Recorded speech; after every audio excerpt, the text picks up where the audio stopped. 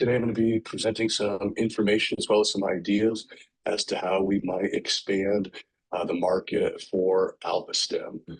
Today's primary focus is going to be on first responders, mainly the fire department.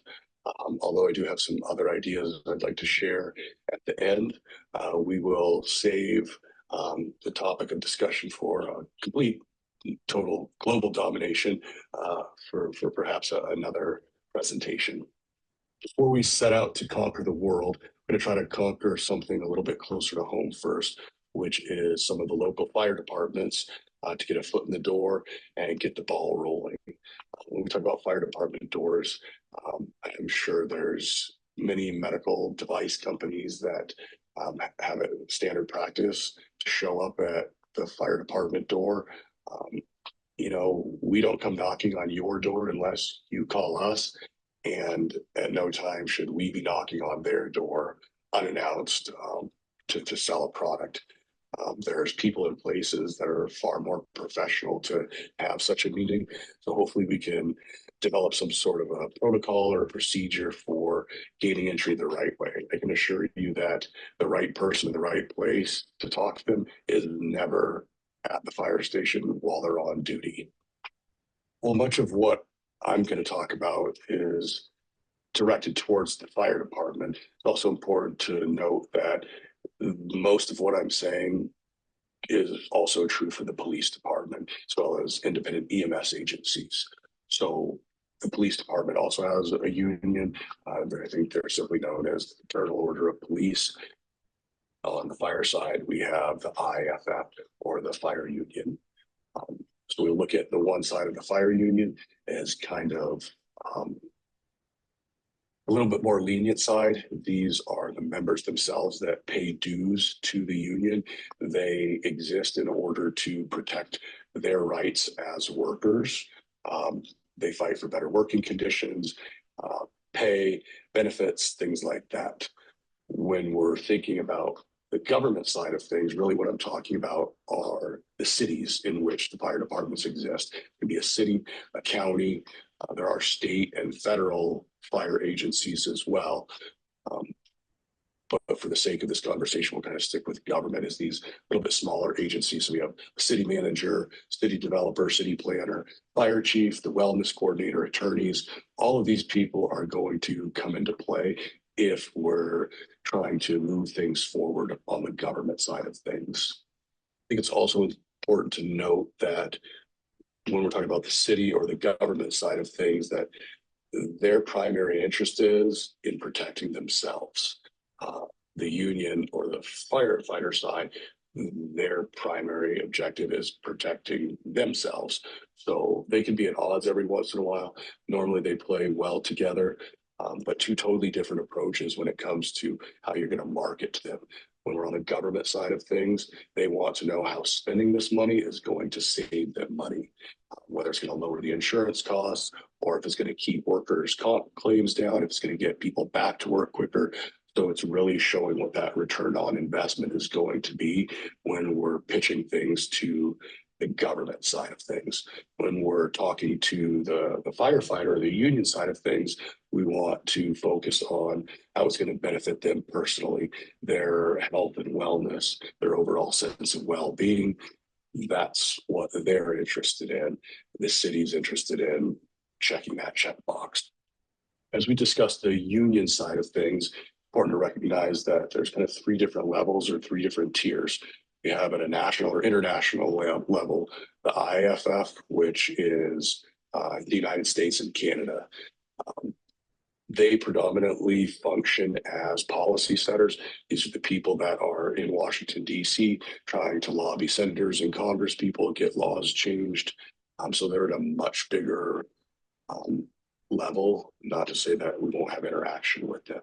When we come down to the state level, these, the CPFF, and in my particular area, the Colorado State Firefighter Protection Association, they're also involved in a lot of the political activity, trying to make sure that laws that are passed aren't hurting firefighters, that are helping them in their communities. So everybody that's a member of the CPFF is also a member of the IFF. moving down to our smaller departments, local communities, so cities or fire protection districts. This is what's called a local. The members are comprised of that particular city's local firefighters, typically ranging 80 or more members in order to qualify to be in the union. You have large cities like Denver that have 3,000 firefighters that work with them. It's important to note that the unions all do their own contracts when it comes to collective bargaining. So collective bargaining, they go to the bargaining table typically every 5 years, sometimes 3 years, depending on the size of the city, where they sit down and negotiate things like pay. Pay is usually not the biggest one. The budget is what the budget is. They only have so much money, but they do typically spend some time trying to get other benefits, whether it's more vacation or better health care or things that are related to cancer. So I did want to mention that most of the departments that I'm referencing are Colorado departments, but it's what I'm most familiar with. And this translates to whatever state we're talking about. The fire department, the organizational charts, pretty much all set up in the same manner. So whether we're talking about Colorado or California, the information pretty much all stays the same. I'm speaking about this because it's what I'm most familiar with. Our local fire department, the Westminster Fire Department, is where I spent 12 years after I got out of the military. I was a medic as well. But more importantly, the people that I went through academy with are still there and still very much active in the fire service. The gentleman that's on the far right of the screen there is Ronnie Taylor. He went through academy with me back in 2005. He is now the union president. He also has a chair on at the state level working with the union. Chad Christian and I also went through academy together. He lives just down the street. So we're still in close contact with him. And Scott Wilmes was my partner the last 4 years that I was at the department. So these people are all very active within the local union as well as at the state level. I think will be big advocates for us as we push Alpha Stim forward. It's kind of hard to believe that Ronnie Taylor, now the president of the union, never would have guessed it. And since we're talking about Ronnie Taylor and presidents, I think it's important to note here that most presidents have done things in the past that they aren't proud of. I'd have to say that Ronnie would not be too happy if he knew I was showing this slide. He's at the bottom left there with his hands above his head. This picture was right before he won the belly flop contest at Waterworld. I think he ended up winning $5,000. This picture was definitely taken right before he did the flop because the picture after, probably why they're not showing it. He was bruised from his belt line all the way up to underneath his chest. As embarrassed as he is, it's also important to note that they all have things that we regret doing in the past. At least he's got $5,000 to show for it, which is more than all the rest of them that did the same thing have. Don't have much to note here as far as the CPFF is concerned. They do have some fundraisers as well as some events that they hold that might be advantageous to attend. But again, this is made up of all the local fire departments at a little bit bigger, more organized level. As we move away from the states and up the food chain to the national level, NFPA is one of the organizations that sets a lot of precedents. They're kind of a standard maker within the industry. So UL, OSHA are some other players in the game, but the NFPA, National Fire Protection Association, specifically focuses on firefighter life safety and establishes a lot of the stuff as far as the standards.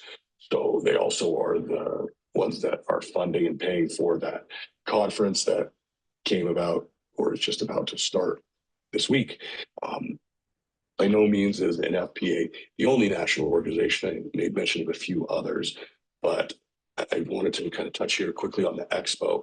I don't know what the going rate is, if this is in line or expensive, but if we look at these booth prices, looking at $4,100 to exhibit here, and when you break down the hours, really you're getting exposure to a ton of important people, the fire chiefs.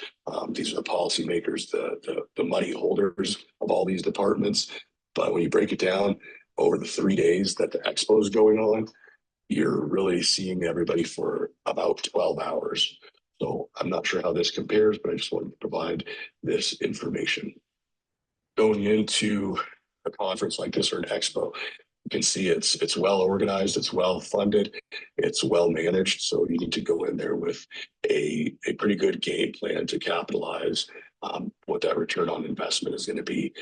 You have a lot of people. There's roughly 10,000 people that are in attendance to this conference. You're spending a lot of money to be there. So there's a lot of competition to get people at your table. Like I said, I've been there many times over my 17 years in the fire service.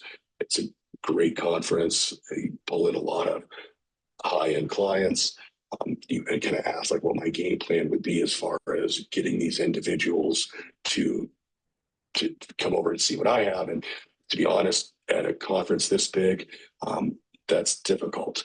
But that doesn't mean I don't have a game plan. This is my game plan. This is my wife, Sherry. She was a firefighter for 20 plus years, and she attended 20 plus years of conferences at the NFPA. She's held a seat for the region. She was one of the NFPA representatives for Colorado and four surrounding states. So she knows an incredible amount of people just from attending these conferences and the people that she worked with on a daily basis. So whether at the NFPA conference or just other conferences, she is definitely an asset that I have and that I would lean on just because of the sheer number of people that she knows.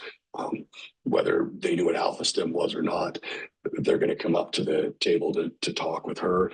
And she's all about sales.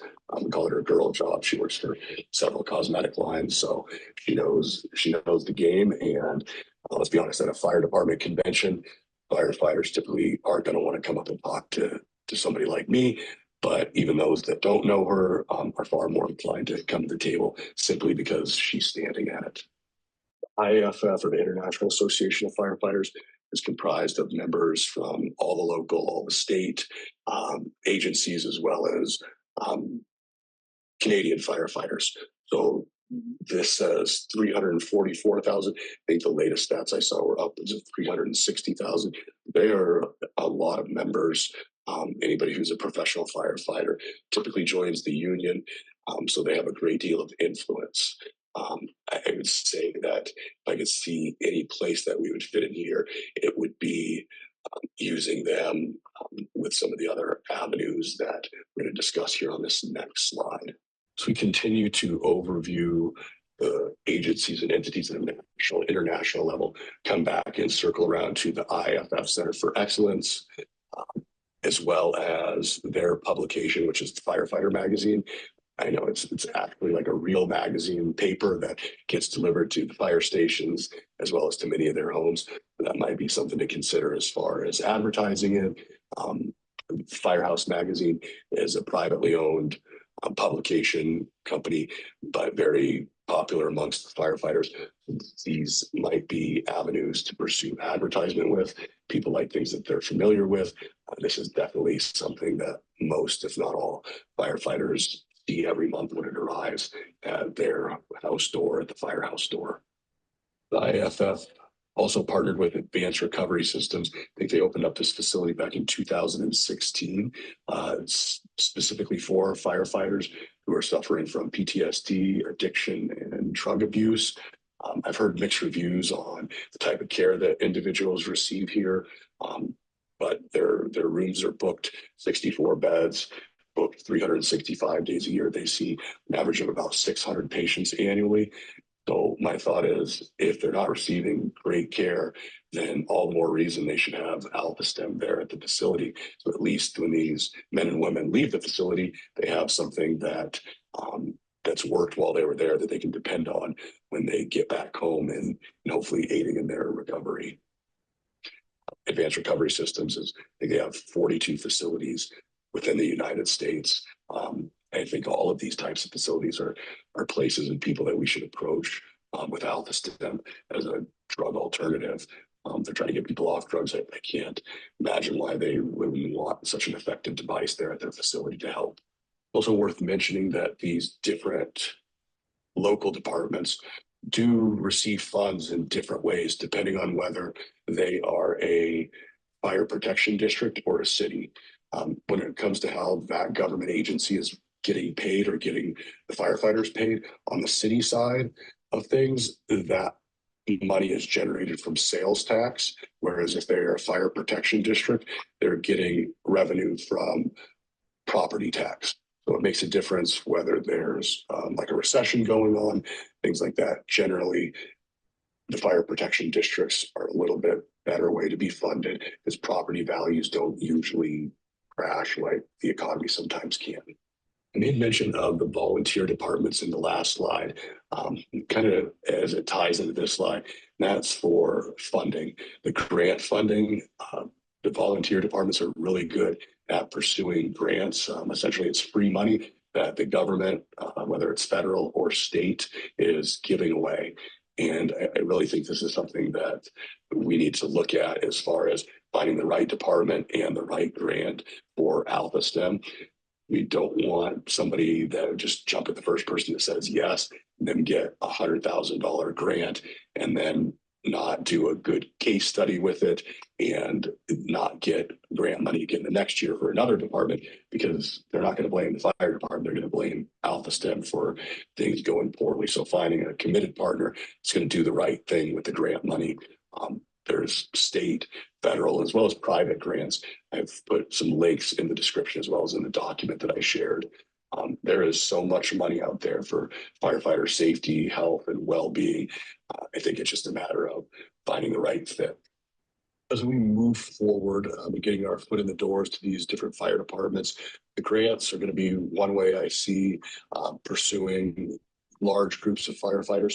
The other is following up and pursuing just a lot of the relationships that I've built over the past 20 years. Susie Savala was my partner on the medic unit for 5 years. She's still a full-time firefighter today. She went on to pursue her master's degree in psychology and is now working alongside Nicoletti and Associates, who has most of the contracts for the Denver metro area as far as the mental health and wellness of firefighters. I spoke with her on Sunday, and she's one of just 25 clinicians that work at this office. And when I asked her about how many patients they see monthly, she says there's at least 1,000 people that come through there. So I found that to be pretty surprising. She also mentioned at some of these offices, they do brain code or brain stem, which sounds very similar to some of the biofeedback and neurofeedback stuff that we had talked about in the past. She said that the departments usually pay for 20 upfront, 20 of the sessions, which run right around $3,500. The problem is that the brain code brand recommends 40 to 70 sessions in order to get well. I feel like that would be a huge selling point. Her office is out of the FOP, the Fraternal Order of Police. She's also, I'm set up to meet with her next week. She doesn't know what I'm up to yet. More so because I don't want her to go research Alpha STEM and have a preconceived notion about what people say or what she might think of it. I simply want to go in there and explain everything that I know about it, have her try it out, and I think that will give me the most honest feedback. And I don't want to impose anything on her like this is what we need to do. I'm really interested in just hearing. I have my own ideas, but I'd like to hear her ideas, how she sees this being used, whether it's in the firehouse, whether it's as a clinician in the physician's offices. So just being an open ear to her and her suggestions, as well as most people that I come in contact with, me imposing my will on them is never going to be the way to get anywhere. These people have great ideas, and for me to show up and tell them all my ideas really is of no benefit. When they're sharing their ideas, they become vested there because they want to see a win for the device, for their friend, and for their patient. So I think Susie's going to be a huge advocate. And I hope that these other people that she wants to introduce me to, Rebecca is somebody that works in the office with her. She runs Badge to Badge, a nonprofit that works with police and firefighters suffering from mental challenges. And she works with another organization called Shatterproof, which is on a national level. So we'll see what happens at these upcoming meetings if need be. Wounded Healer is the other nonprofit that I work with. These are the individuals that invested in the NeuroGen that spent $30,000 on the device, which is unfortunate because that would have bought a lot of outlet stems. But they still have the best of intentions. They're working in the veteran courts, and it's just one of many things that they're currently involved in. But the veterans courts, I think they currently have Adams, Arapahoe, Jefferson, and Denver counties. So they're seeing probably close to 100 vets within these different court systems. I really see this kind of being one of the main reasons that things hopefully will get tightened up at the Denver VA as far as facilitating people getting units of their own. Most of these people all have a rating, a disability rating. And if we can simply streamline, I'm here at the courts and they use the Alpha Stim a couple times, work with the provider so they know they've already had the treatments, get them a unit of their own, I think would be hugely beneficial, much like they would be in the rehab facilities.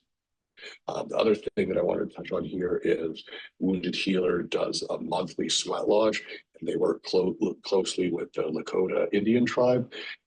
I know in previous conversations, we had talked about ways to gain access to the Native Americans. And I think they trust Tim and Luke and myself implicitly, just having worked with them. And I think this would be our in to get to the Indian reservations. It's just, there's all this pressure, and sometimes it feels like it's right up on me and I can just feel it, like literally feel it in my head, and it's relentless. And I don't know if it's going to stop. I mean, that's the thing that scares me the most, is that I don't know if it's ever going to stop.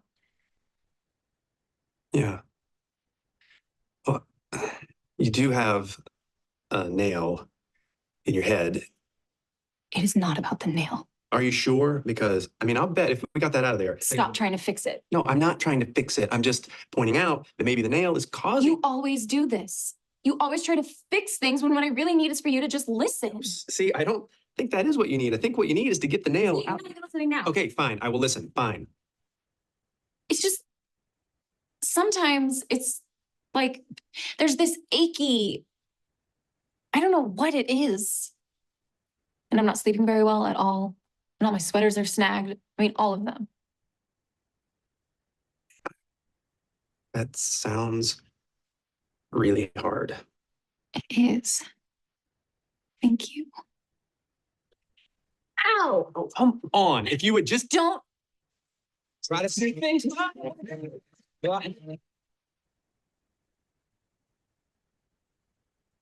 Up here the football analogy, because I think it explains things well, where I realized that there was some question as far as my lack of sales experience, and your team is correct. I don't have any formal sales experience, but I don't think that makes me any less of a valuable member to an organization or team. I think it makes me a different kind of asset. If we're talking about football, you have a head coach and assistant coach. If we had these representatives that were all over the US that were running backs, you give them the device and they're going to take it and find whatever holes they can and run it up the field and get as far as they can each and every time. I'm not a running back. I don't have the same experiences, but I do offer a different perspective, maybe that of a quarterback, where I see things in a different way, able to take a few steps back, see the field as a whole, and scan it and find what the best route is for optimizing that play for the whole team to advancing to a win. And I just ask that I be given that opportunity to play on the team and show what what I have to offer. It is that diversity and a different way of looking at things that others haven't, simply because of our backgrounds. And lives have been a little bit different as far as the professional aspect is concerned. We're not doing things the traditional way. Don, you mentioned last week when you were here that you visited the Rocky Mountain Regional VA and that things were pretty much a mess. And it can be hard to and frustrating to go try to figure out where the issue is and what can be done about it. I also kind of thought about the fact that if it's Alpha Stim reps that are going there and pushing this and dictating that this needs to be fixed, which it does. But I had a little bit different thought, and that was as a veteran and as somebody that's been trying to get an Alpha Stim and becoming greatly frustrated with it. And not being an Alpha Stim employee currently, I opted to contact the patient advocates. So I collected the emails and outlined a letter that outlined my issues I had had as far as going to the pain clinics on 3 occasions and none of the doctors knowing about Alpha Stim or what it was, contacting my psychiatrist as well as my PCP. And it's their job to figure out where the breakdown in the system is and fix it. I don't know if one complaint is going to change things, but it's at least a step in the right direction. And it does no harm to Alpha Stim. It's a patient of theirs that ran into a problem. And I'm interested in seeing what feedback I get from them is, and if it fixes a glitch in the system. But I also have Tim that ran into the same problem and will file a similar complaint and see if he gets a similar answer, and Luke after that. So hopefully going about it this route saves some time and manpower on the Alpha Stim side and fixes the internal problem internally where it should be coming from in the first place. You know, one of the things that stands out most to me about Alpha Stim is the numbers. The stats are profound. You know, the improved sleep quality. John, your story. I mean, a lot of people are going to remember the numbers, but they're going to remember somebody's personal story. But you can't help but pay attention to how high these numbers of what people are reporting, what the results are, and I think they're accurate as far as what people are reporting to you. The one thing that I don't like is they're pretty subjective. It's simply what people are saying, and we can't really quantify or prove that. And I feel like that could be some resistance that is met ahead is, well, it's a placebo effect, or it's just what people are saying, or somehow the results are skewed. But I think there's ways that that could be shored up. I can't begin to say how undermarketed I think that Alpha Stim is when it comes to what the possibilities are, what it can truly do. I spent a number of years teaching anatomy and physiology, and if we're stimulating the vagus nerve, it does a heck of a lot more than what we're giving it credit for with Alpha Stim. Actually, the vagus nerve um, functions more on our gut health as far as our overall health and well-being. I feel like Alpha Stim is just hitting on a couple of the more minor effects that the vagus nerve improves, and the target market for this device should be everyone. When it comes to gut health, a healthy microbiome, it has so much to do with our metabolism and the inflammation, which makes sense why the pain side of things work. I don't want to go into an anatomy or physiology lesson here in this forum, but I definitely think there's some bridges that need to be crossed and questions that I have as far as why it's not being marketed on a much broader, more wide scale platform that currently is. But that conversation for another day. I mentioned previously when we were looking at the numbers that Alpha Stim currently has advertised. It's a lot of what the patient reports, which is good information, but it's not really quantifiable. And what we're looking at here is ways that it can be quantified. When somebody has poor vagus nerve function. We can say that they have poor vagal tone. It can lead to all of these symptoms that we see here on the side. But really, we can tell how well somebody's vagus nerve is functioning by using an HRV test. So simply looking up to an EKG over a period of time and seeing what the fluctuations are in their heart rate variability, how quickly their body's able to compensate. This is really a test of resiliency, going from the sympathetic to the parasympathetic nervous system, switching back and forth. Most people that experience these symptoms live in a constant state of the sympathetic and have a hard time transitioning over to parasympathetic, and their um, range of their heart rate variability will be fairly narrow. The wider your heart rate variability, the numbers get, the better vagal tone you have.